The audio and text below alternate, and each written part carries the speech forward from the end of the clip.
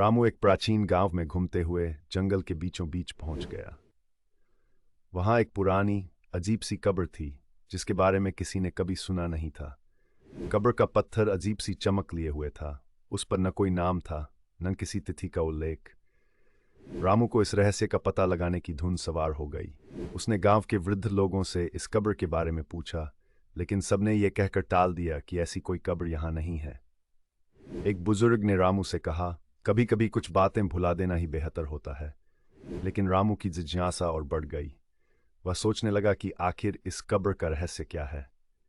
अगली रात जब बारिश हो रही थी, रामू ने उस कब्र के पास जाकर खुदाई करने की ठानी।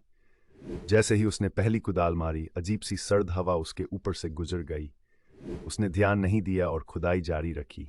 जैसे जैसे गहराई बढ़ती गई, कब्र के भीतर से सड़ी गली सी गंध आने लगी, जो उसके मन में डर पैदा करने लगी। तभी अचानक कब्र से एक ठंडी सड़ी गली हाथ की पकड़ ने उसके पैर को कसकर पकड़ लिया। रामू चीख उठा, लेकिन उसकी आवाज गिरती बारिश में दफन हो गई।